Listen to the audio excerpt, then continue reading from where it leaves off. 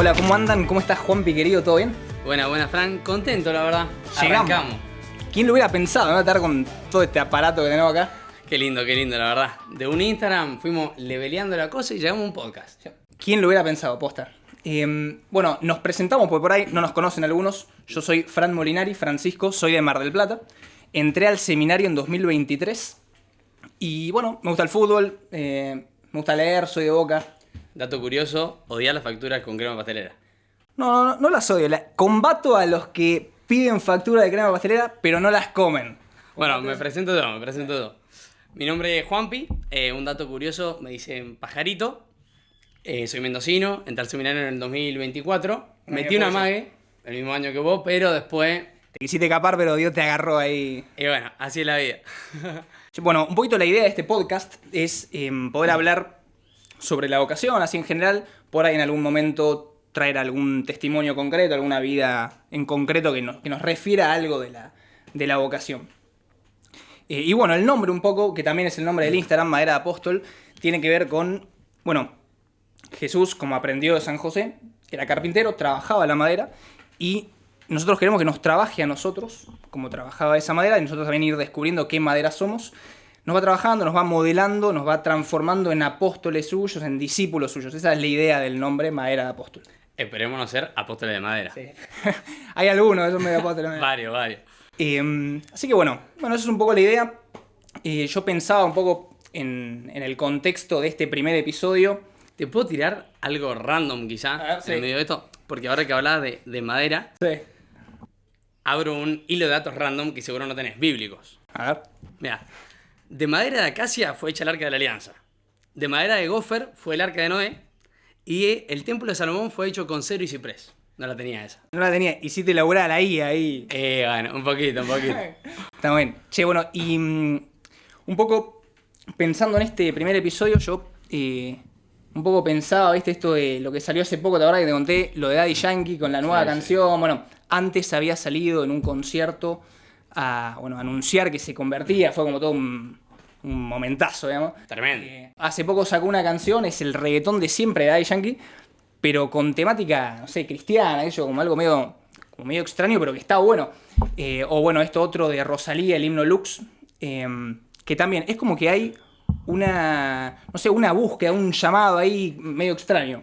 Vos sabés que yo estuve leyendo varias notas de Info después que mostraste vos lo de Rosalía, que hablaban de que parece que ser católico se ha puesto de moda, que aumentaron la búsqueda en Google, me incluyo. Ese era vos buscando ahí para sumar. De cómo hacerse católico, digamos. Y me llamó mucho la atención. Bueno, y acá tenemos al Padre Pedro, que fue uno de los que escribió una de esas notas. Así que bueno, bienvenido Padre Pedro a este podcast Madera de Apóstol. Lo presentamos un poquito. Padre Pedro es mendocino como yo, no tan amante de las tortitas mendocinas. Y bueno, entró al seminario hace mucho tiempo, se ordenó, lo mandaron a Córdoba, después lo trajeron de formador al seminario y hoy en día nos soporta a nosotros, es rector del seminario y bueno, estudió filosofía y teología obviamente, como todo sacerdote, en este caso en la UNSTA. Me parece que ahora lo vamos a soportar nosotros, vamos a ver. Es mutuo. Aceptó venir, así que vamos a ver qué sale de todo esto. Hay que justificar el laburo además, así que acá estamos. Pero un poco la idea que está así como de fondo, que es lo que queremos charlar, y por eso te pregunto como para empezar, es el tema de la vocación. ¿Podemos hablar de la vocación hoy? Obviamente, siempre se puede hablar de la vocación. Creo que lo interesante es partir de una realidad que hablar de la vocación hoy no es lo mismo que hablar hace 10, 15 años.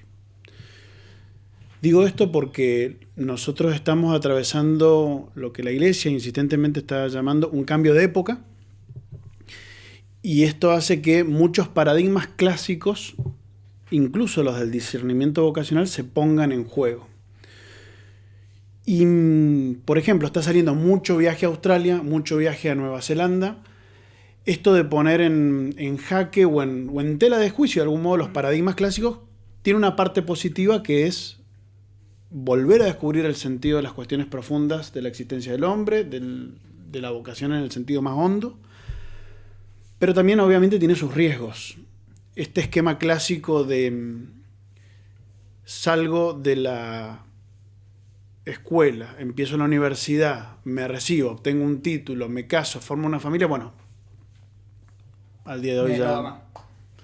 Sí, no sé si no va más, pero... No está tanto. Pero está cuestionado el tema. Che, ¿por qué? ¿Por qué tengo que ir acá? ¿Por no? Eso lo hicieron mis viejos, ese era un patrón antiguo. Ahora, esto de los paradigmas en tela de juicio. Me parece que eso está ahí. Y esto es porque se está produciendo un cambio epocal. La Iglesia insiste en una distinción que me parece interesante de cambio de época y época de cambios. Y se insiste en esto. No estamos en época de cambios, sino en un cambio de época. Sí, pero ¿cuál es la diferencia entre cambio de época y época de cambios? Está bueno que me lo preguntes porque es una distinción que aparentemente es sutil, pero tiene implicancias profundas. En la época de cambios, las transformaciones son más accidentales. De hecho, se insiste en que en la época de cambios hay que prestarle más atención a los cambios, a lo que hay que cambiar. Distinto del cambio de época. En el cambio de época, las transformaciones son mucho más profundas. Y lo que se insiste es que en el cambio de época hay que prestarle atención a las cosas que permanecen. Nosotros estamos atravesando ahora una transformación muy profunda en el ámbito político, económico, educativo. Es como que todo el esquema cultural está atravesando un proceso de cambio muy fuerte. Entonces, para atravesar con seguridad ese cambio de época, hay que focalizar qué es lo que permanece, porque lo que permanece a mí me da estabilidad y me permite atravesar la crisis, porque todo cambio de algún modo es una crisis, con mayor tranquilidad y más seguridad. Después, habrá que identificar cuáles son las cosas que hay que cambiar. Ahora, qué difícil, pienso, en el mundo contemporáneo, que la moda cambia todo el tiempo. Incluso me da risa, los reels de Instagram cada vez son más cortos, más dinámicos, y todo parece que cambiase. ¿Cómo saber qué es lo que tiene que permanecer? ¿Cómo distinguir qué permanece, qué es lo importante en este mundo tan cambiante? Está bueno que lo plantee Juan porque es paradójico, pero justamente una de las cosas que permanece es la vocación.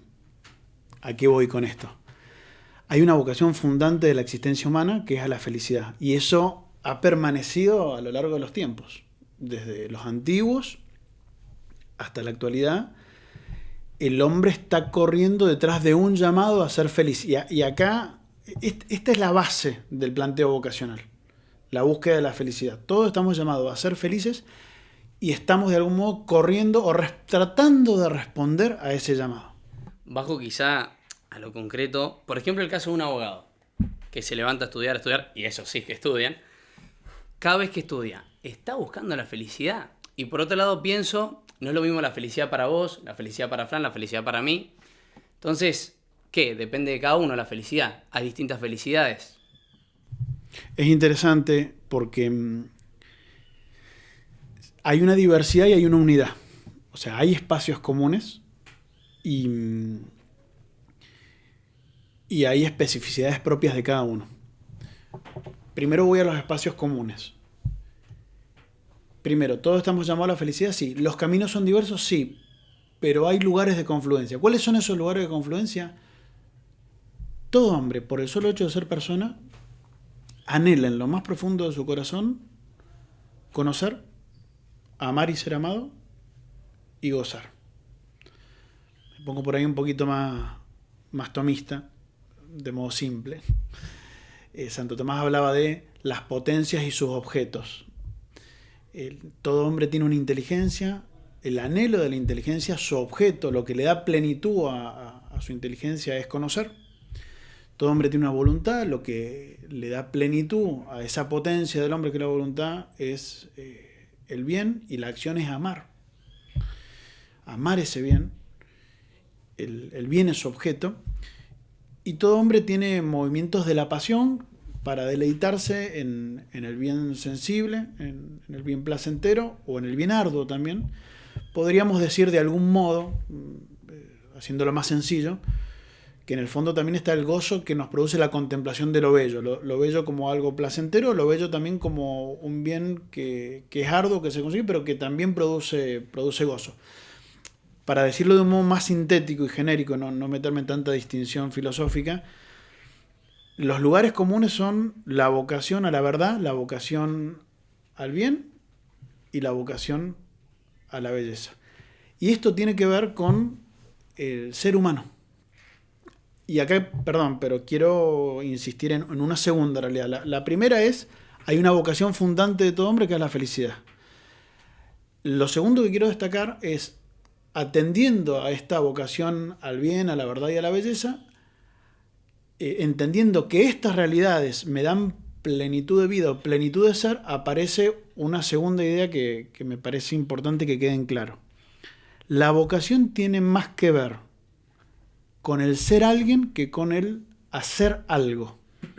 En la medida que yo entro en contacto con esto, bien, verdad, belleza, tengo más plenitud de ser. Mi realidad humana se siente más plena, de algún modo empieza a florecer y me vas dando más calidad en lo que yo soy. Pero te escucho y pienso, voy a tirar un pelotazo para arriba, vamos a ver si... Como cuando jugaba al fútbol. Sí, a ver si lo podemos bajar después, pero pienso en algo que decía Aristóteles en la metafísica, sobre los grados de perfección. Dice que hay distintos grados de perfección en los entes y que dependen, o hay más perfección de acuerdo a la cercanía con aquello que tiene esa perfección en grado sumo. O sea, diciéndolo de otra manera más simple, como que distinto grado de plenitud, y entonces, de acuerdo a si están más cerca de eso que tiene la plenitud en grado máximo o en la fuente, como que esa plenitud está como más fuerte. Pienso, haciendo una analogía por ahí medio jugada, pero de alguna manera se me ocurre en este plano de el ser, la vocación en relación al ser, a medida que me voy acercando más a quién soy, o sea, a medida que voy haciendo ese camino más cerca a quién soy, que es como el núcleo, la fuente, voy acercándome a una pista más certera, más sincera de cuál es mi vocación. Tal cual, Fran. De hecho, ahora que lo citas Aristóteles, me acuerdo de una distinción que nos decían en los comienzos ahí en la universidad de introducción a la filosofía, esto de lo útil y lo inútil. Aristóteles distingue las acciones útiles de las inútiles. Las acciones útiles son las que sirven para otra cosa. Las inútiles, y esto es raro porque nosotros asociamos lo inútil a lo que no vale, dice Aristóteles, lo inútil es lo que tiene valor por sí mismo. Por lo tanto, hay una prioridad, una mayor jerarquía, una mayor importancia de las actividades inútiles sobre las útiles. ¿Y por qué traigo esto a colación? Porque en nuestra vida las actividades inútiles, es decir, las que tienen más que ver con lo que soy, son las que me van a dar mayor plenitud de vida. Las actividades inútiles, las que valen por sí mismas y no valen para otra cosa, son las que de algún modo me hacen más hombre. Pongo ejemplos. ¿Qué sería una actividad útil? Es decir, una actividad que sirve para otra cosa. Por ejemplo, salir a hacer las compras para comer. Eso sería una actividad útil. Ahora, una actividad inútil sería compartir un almuerzo con una persona que quiero. ¿Para qué vale el almuerzo con la persona que quiero? Vale por sí mismo. ¿O para qué sirve? No sirve para otra cosa, vale por sí mismo. El otro día estaba dando una charla y me decían, no, porque sirve para reforzar el vínculo.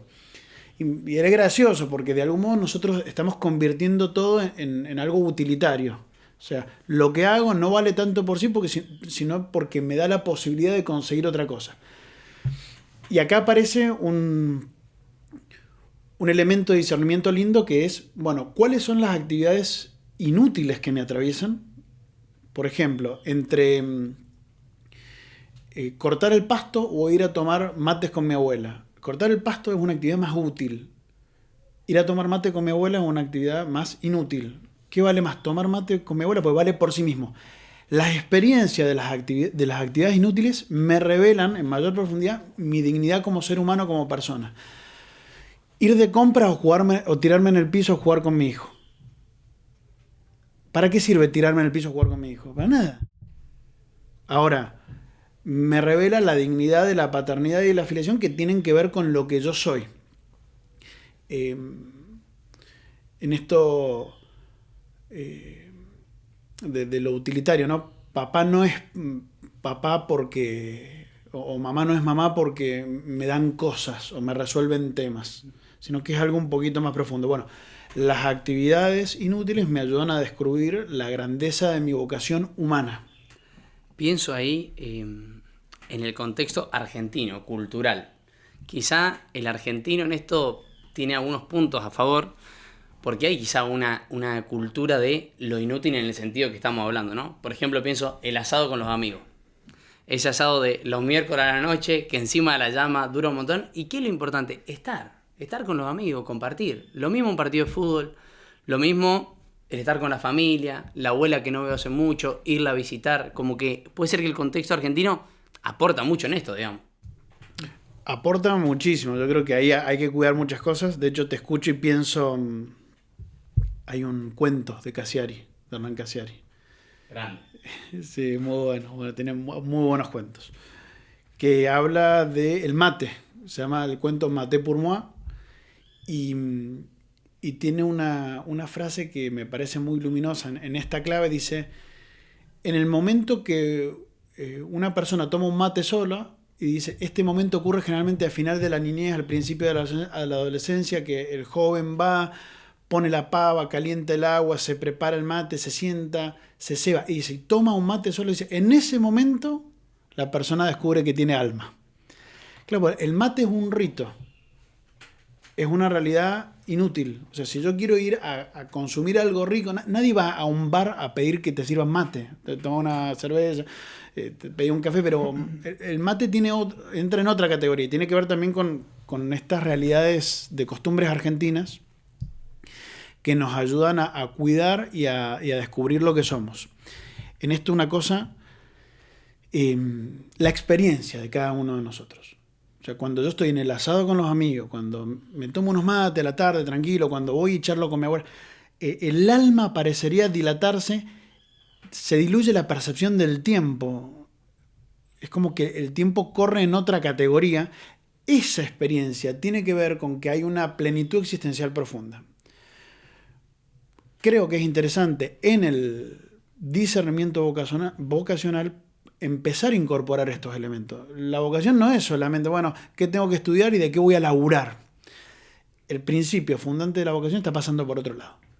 Justo hablamos del mate y me estaba tomando un mate, parecía que estábamos promocionando. Intento una síntesis, pero como para más o menos recapitular, la vocación tiene más que ver con el ser que con el hacer. Bueno, no estamos claramente demonizando de alguna manera el hacer, sino que bueno, hay una prioridad en el ser. También otra aclaración, vos lo dijiste, pero bueno, está bueno repetirlo. Cuando hablamos de inútil, útil, no lo hablamos en el sentido de hoy, como que tiene una connotación más negativa, sino en cuanto a lo que vale por sí mismo y lo que vale por otro. Entonces, bueno, la vocación tiene más que ver con el ser, y esto lo voy descubriendo en las actividades que valen por sí mismas, que son inútiles. Ahora te hago una pregunta. Ahora está como muy en boga esto de la autorrealización, que tiene más que ver con el hacer. No es que esté mal, pero bueno, digo, el tema de ser el propio jefe, como que todo tiene que ver con el hacer. ¿Cómo entra en juego con esto? Es uno de los desafíos que tenemos y que creo que nos tenemos que hacer cargo. Está este filósofo conocido que se ha puesto de moda, Byung-Chul Han, filósofo coreano que vive en Alemania, parece un personaje de Luthier. Y tiene un librito que se llama La Sociedad del Cansancio, y ahí hay una frase muy luminosa que dice: el hombre contemporáneo se autoexplota pensando que se realiza. Las agendas cargadas de actividades, el famoso checklist, pasar de una cosa a la otra, nos vamos sacando las cosas encima. Lo interesante y lo tremendo de esto es que nos vamos sacando de encima el cumpleaños de mi vieja, la comunión de mi hijo, o sea, nos vamos sacando los temas de encima porque hay que completar la agenda, tengo que aprovechar el tiempo al máximo. Aparece esto de el rendimiento. Tengo que hacer rendir el tiempo, lo que soy. Y lo interesante es que como en el corazón del hombre están estos deseos de verdad, bien y belleza, de algún modo se produce una transformación del objeto muy sutil en la que yo de algún modo, como si estuviese consumiendo paliativos, cosas que de algún modo me dejan más o menos tranquilo, para calmar estas necesidades, pero que no me están dando los objetos propios. Pongo un ejemplo. En este deseo de conocimiento que todos tenemos, el tema de la información. Entonces, TikTok, consumo de redes, entrar al diario y a las plataformas de información permanentemente para estar informado, para estar al tanto. Es como si yo me estuviese alimentando en vez de con una dieta balanceada, con papa frita, chisito, bueno, me voy alimentando con eso. Con el tema del bien, del amor al bien, todo el tema de la posesión y de la sociedad de consumo. Tener, ir acumulando, comprar esto, comprar aquello.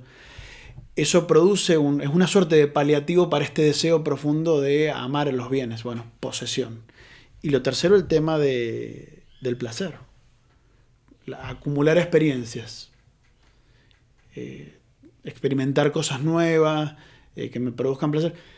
No es mala la información. No es malo tener cosas. No es malo experimentar placer de ninguna manera. No lo estamos demonizando. Pero es como que estoy nadando siempre en la superficie y no logro bajar a la profundidad de las cosas. Ahora te escucho y pienso, o sea, qué difícil, ¿no? Qué difícil. ¿Y cuáles pudieran ser criterios que nos ayuden a discernir entre, o sea, para no caer en esta información, placer, posesión?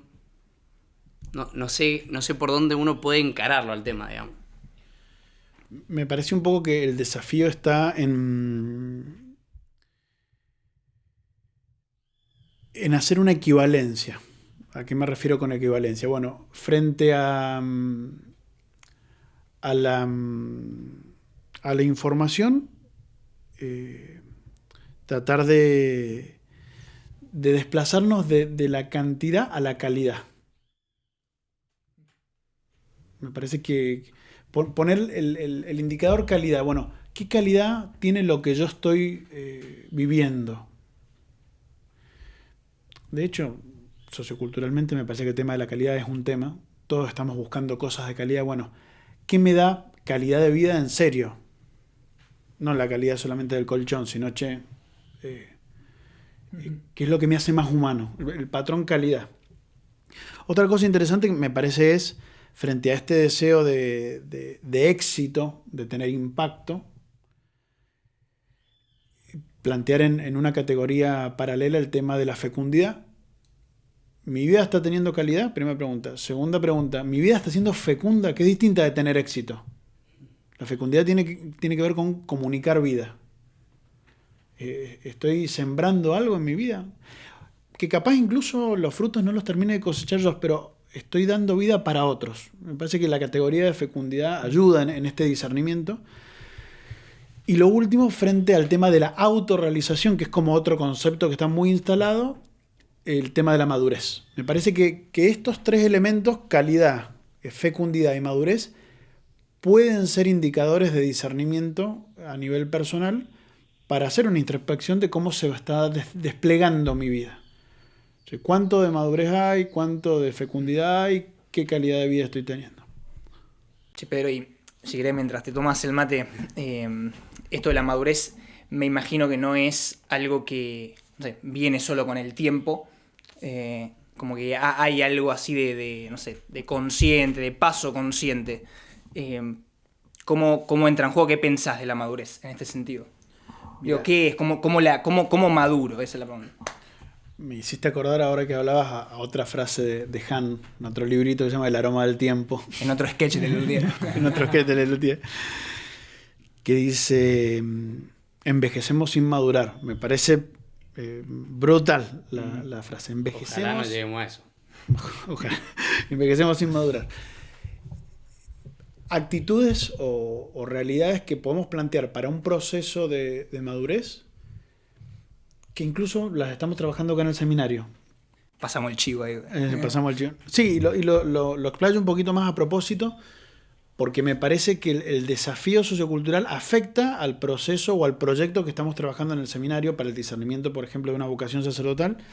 Nosotros lo que estamos planteando es, en primer año, por ejemplo, cuando ya hay algunos indicios de una posible vocación sacerdotal, el desafío del primer, segundo año no es que vos resuelvas si tenés que ser sacerdote o no. El foco hay que ponerlo en la madurez.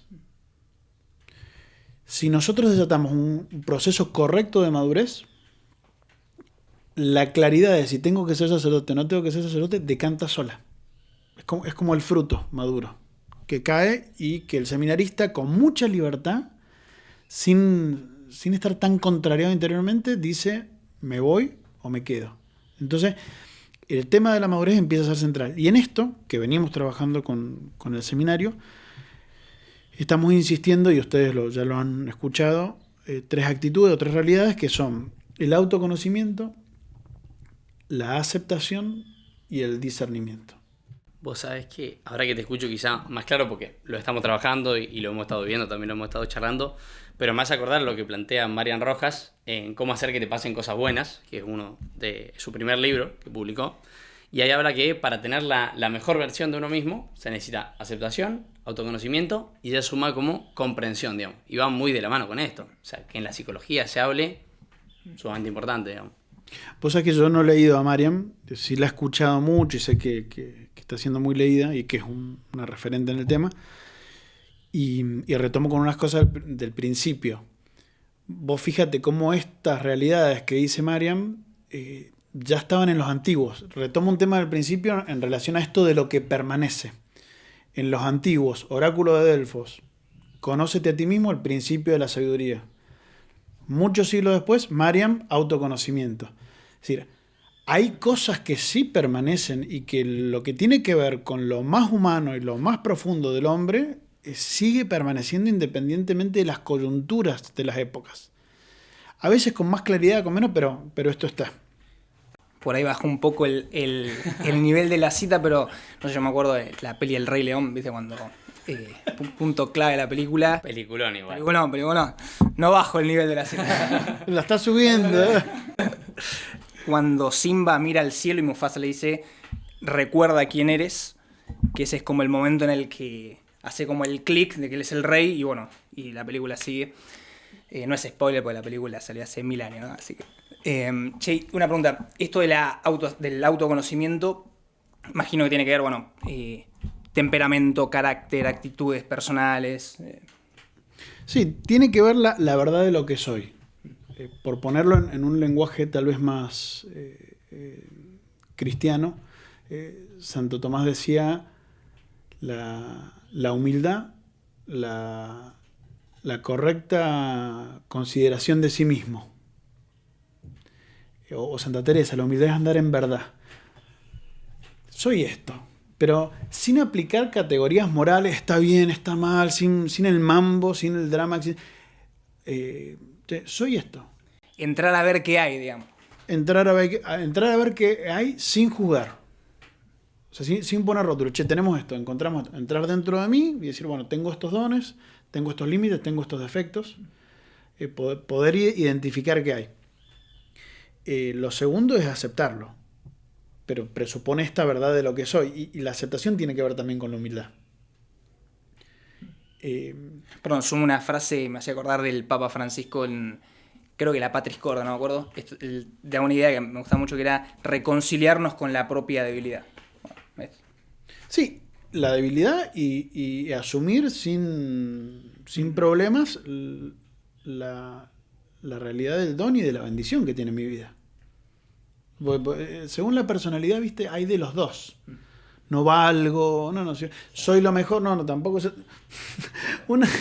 Soy criatura. Y la dignidad de hijo de Dios, bueno, es todo un proceso de ir descubriendo quién soy e ir aceptándolo. Y con la aceptación recién yo puedo hacer un discernimiento real. Pues cuando no hay autoconocimiento y no hay aceptación, el discernimiento está falseado. Pues, ¿sobre qué estoy haciendo el discernimiento?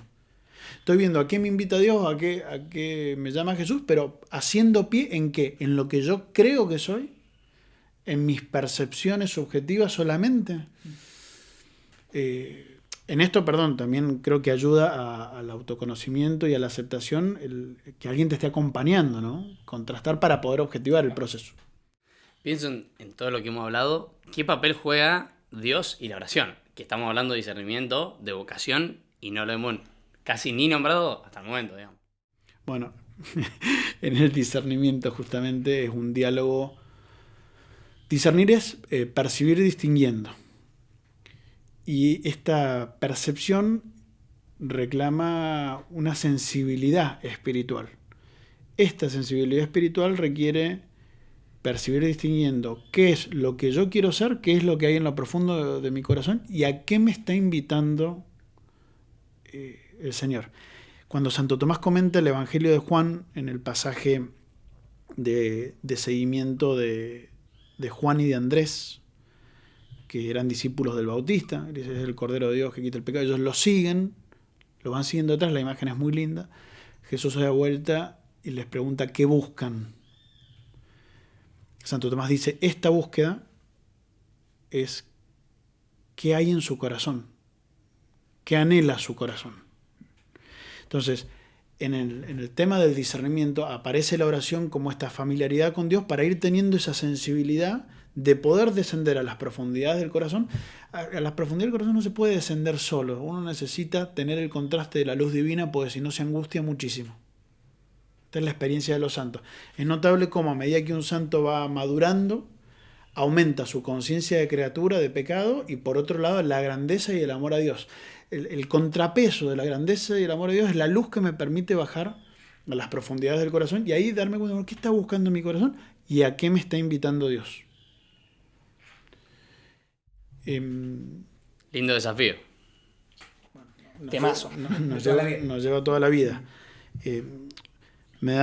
Pensaba recién que bueno, recién ahora al final aparece el tema más explícito de la plegaria, del vínculo con Jesús. Y en una reunión de formadores nos dijeron, no presuman la fe del seminarista. Entonces por eso arrancamos por un esquema más natural, filosófico, ahora ya... Porque Juan Pi me agnóstico. Me están requemando, muchachos, así que vamos. Pero bueno, esto es un camino de madurez, Juan Pablo, es un camino de madurez. Bueno, si te parece, intento una síntesis de todo lo que venimos diciendo. La vocación tiene más que ver, o sea, el partido de la vocación se juega más que nada en el ser, no tanto en el hacer. Esto lo voy descubriendo a través de las actividades que son inútiles, o sea, que valen por sí mismas. Y todo esto conlleva necesariamente, o sea, implica necesariamente una madurez, que es algo consciente y que tiene que ver con estas tres actitudes que decías de autoconocimiento, aceptación y discernimiento. Creo que está bueno estos centros que nos va tirando el Padre Pedro para ir pensando, como que deja varias cosas picando, para uno mirarse para adentro y ver quizás, bueno, en qué etapa, en qué momento estoy de mi vocación, de mi discernimiento, cómo lo veo en mi vida. Así que bueno, agradecerte, Padre Pedro. Déjame agregar una última cosita que me parece un macheo importante.